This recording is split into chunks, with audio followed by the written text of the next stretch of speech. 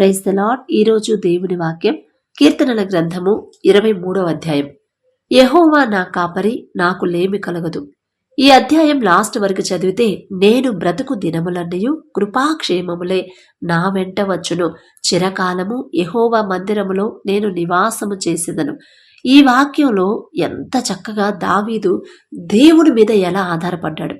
సమస్యలు లేవా అంటే ఉన్నాయి, ప్రాబ్లమ్స్ లేవా అంటే ఉన్నాయి, యుద్ధాలు లేవా అంటే ఉన్నాయి, శత్రువులు లేరా అంటే ఉన్నారు. అయినా సరే యుద్ధాల గురించి ఆలోచించాడా? సమస్యల గురించి ఆలోచించాడా? శత్రువుల గురించి ఆలోచించాడా? కుటుంబం గురించి ఆలోచించాడా? లేదు. ప్రతిరోజు ప్రతి విషయంలో కూడా దేవుని మీదే ఆధారపడడం దావీదు గారికి చిన్నప్పటి నుంచే అలవాటైంది. అలవాటు చేశాడు తండ్రి. అందుకే యెహోవా నా కాపరి. మా నాన్న నాకున్నాడు, మా అమ్మ నాకుంది, నాకు అన్నలున్నారు, మంచి యుద్ధశూరుడు, నా అన్నలు నాకున్నారు, ఇక నాకేం భయం అనట్లేదు. ఇక్కడ యెహోవా నా కాపరి, నన్ను కాపాడేవాడు. నాకు ఎంతమంది అన్నలున్నా, నాకు ఎంతమంది సెక్యూరిటీ ఉన్నా, ఎంతమంది నన్ను భద్రంగా కాపాడినా, ఎంతమంది నన్ను జాగ్రత్తగా చూసుకునే వాళ్ళు నా దగ్గర పనిచేస్తున్నా కూడా వాళ్ళ వల్ల కాదు నన్ను కాపాడడం, ఒక్కరి వల్లే అయితే. అదెవరంటే నా తండ్రి, నా కాపరి.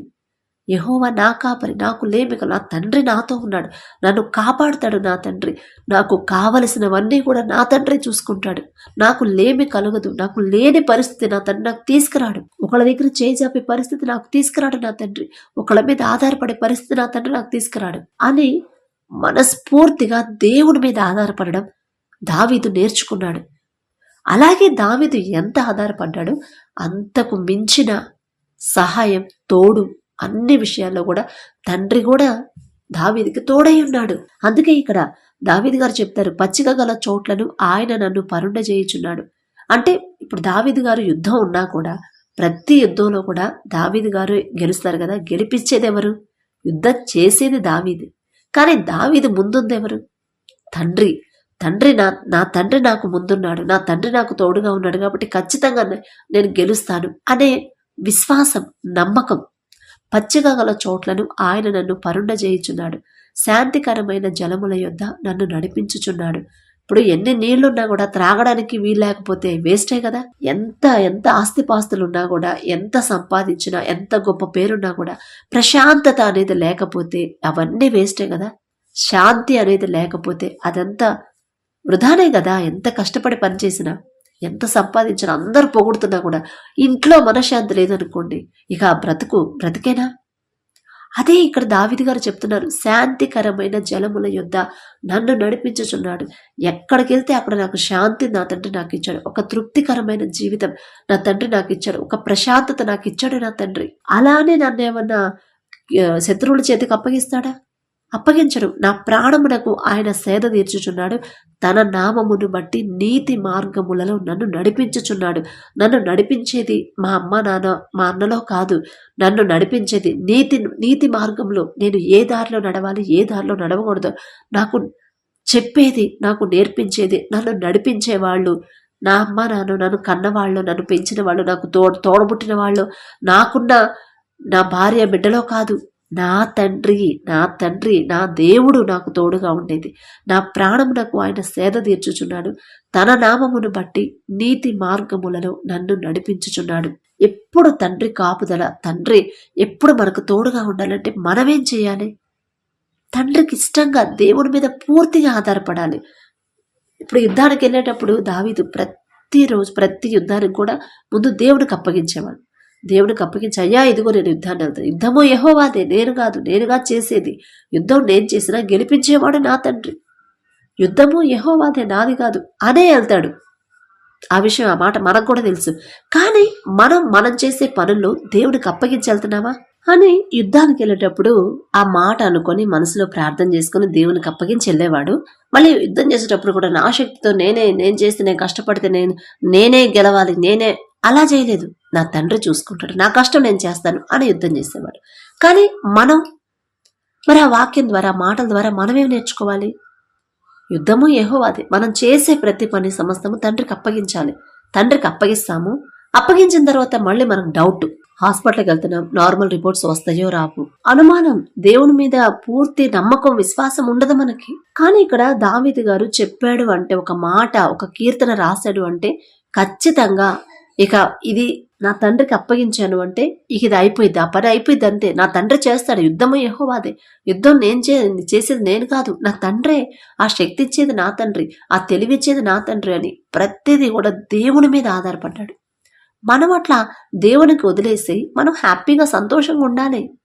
పచ్చిక గల చోట్ల నన్ను ఓడేలా చేయండి నా తండ్రి, నన్ను గెలిపిస్తాడు నా తండ్రి, ఖచ్చితంగా శాంతికరమైన జలముల యొద్ద నన్ను ప్రశాంతంగా ఉంచుతాడు ఎప్పుడు నా తండ్రి. నా తండ్రే నన్ను నడిపించేవాడు, నా తండ్రి నాకు ప్రశాంతత ఇచ్చేది నా తండ్రి అని దేవుని ఎంత గొప్ప చేస్తాడు, దేవునికి ఎంత ఘనత మహిమ ఇస్తాడు.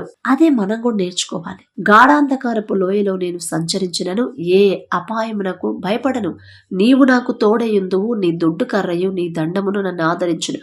నేను ఎంతమంది ఇంటర్వ్యూకి వెళ్ళినా నా తండ్రి దృష్టిలో నేనుంటే, నా దేవుని చిత్తమైతే నన్ను గెలిపిస్తాడు. నేను ఒంటరిగా ప్రయాణం చేయాల్సిన పరిస్థితి వచ్చినా నా తండ్రి నాకు తోడుగా ఉంటాడు. నాకు తోడుగా నా అమ్మ నాన్న రాకపోవచ్చు, నా అన్నలు నాకు రారు, నా భార్య బిడ్డలు రారు, నా దగ్గర పనిచేసే వాళ్ళు ఎవరు రారు, కానీ నా తండ్రి మాత్రమే నాకు తోడుగా రాగలడు అని దేవుని మీద ఆధారపడ్డాడు ప్రతిదీ కూడా. నేను భయపడను, నేనెందుకు భయపడాలి? ఇప్పుడు మనకి సమస్యలు ఉన్నాయి, సమస్యలు చూసి మనం ఎందుకు భయపడుతున్నాం? ఏ అపాయం నాకు రాదు, నేను భయపడను, నా తండ్రి నాకున్నాడు, నీవు నాకు తోడై ఉందువు, నువ్వే నాకు తోడుగా ఉంటే ఇక నేనెందుకు భయపడాలి? నేను ఎడారిలో ఉంటే నేనెందుకు భయపడాలి? నేను గాఢాంధకారపు లోయలో ఉంటే నేనెందుకు భయపడాలి? ఎవ్వరు లేని ఊళ్ళో ఒక్కడనే ఉన్నా కూడా నేనెందుకు భయపడాలి?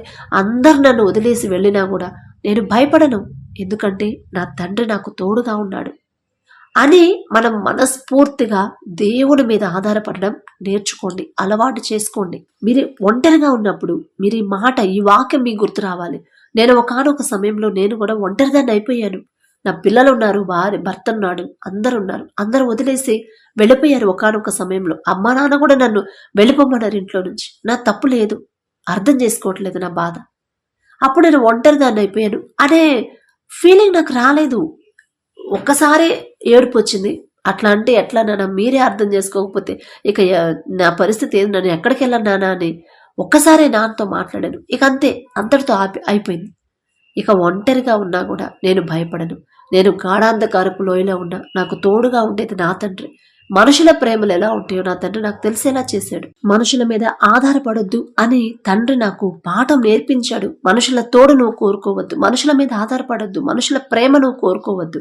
ముందు దేవునికి దగ్గరైతే దేవునికి మనం ఇష్టంగా జీవిస్తే, మనల్ని ఎవరైతే విడిచిపెట్టి వెళ్ళిపోయారో తిరిగి వాళ్ళంతటా వాళ్లే మన దగ్గరకు వస్తారు.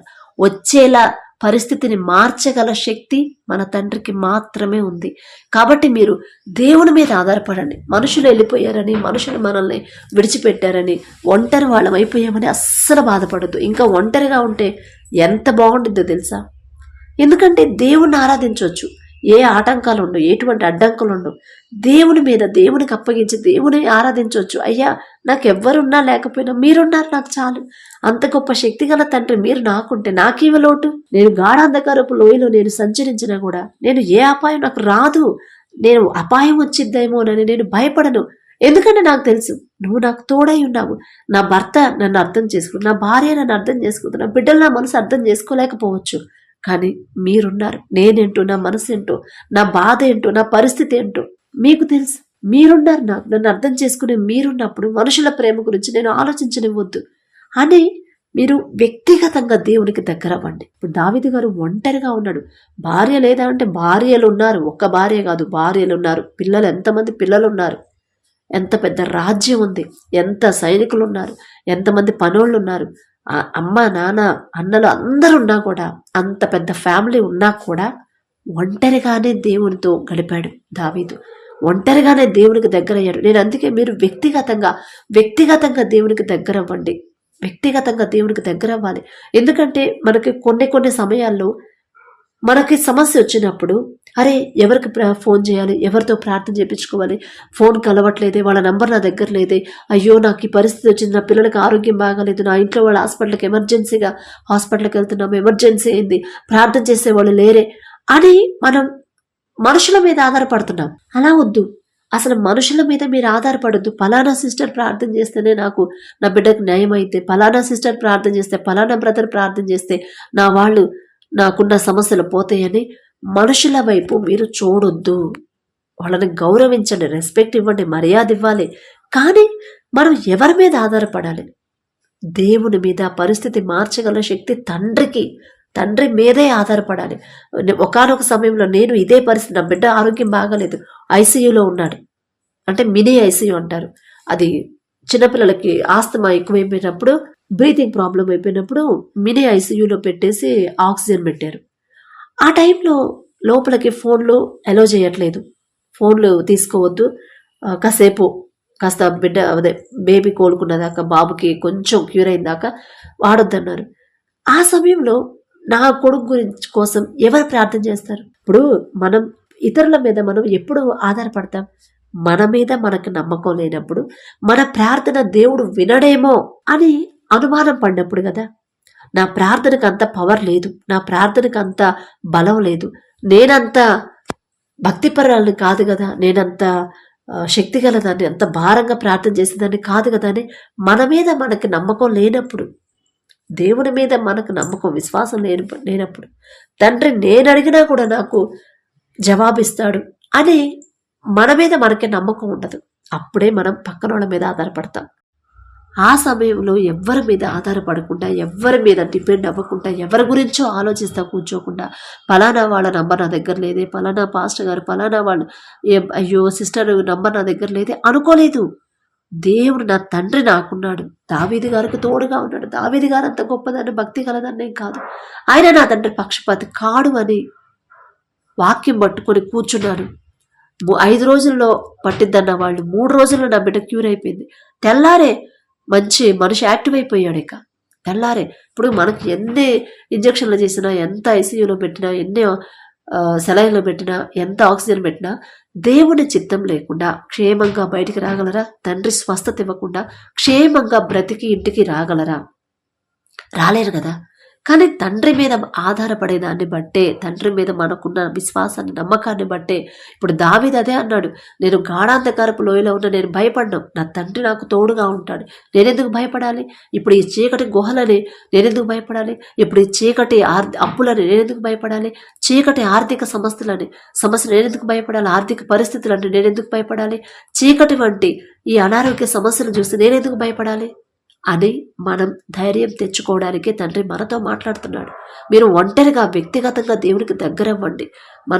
మన మనసు ఎప్పుడు దేవుని మీదే ఉండాలి. ఎంత ఎక్కువగా దేవుని మీద ఆధారపడితే అంత తొందరగా జవాబు పొందుకుంటాం. కాబట్టి ప్రార్థన చేసుకుందాం. కళ్ళు మూసుకోండి. కృపగల దేవా మీకే స్తోత్రం, రాజాది రాజా మీకే స్తోత్రం, దేవాది దేవా మీకే స్తోత్రం తండ్రి. వాక్యం ద్వారా మాతో మాట్లాడిన ప్రభా, దావీదు గారు ఎలాగైతే మీ మీద ఆధారపడి ఎంత ధైర్యంగా ఉన్నాడు, మీ మీద ఆధారపడి ఎంత సంతోషంగా ఉన్నాడు నా ప్రభు, ఎంత ప్రశాంతంగా శాంతి కలిగి ఎలా ఉన్నాడు నా తండ్రి, మాకు చూపించిన దేవా మీకే స్తోత్రం. మరి ప్రార్థన అయితే చేస్తున్నాం కానీ మీ మీద ఆధారపడలేకపోతున్నాం.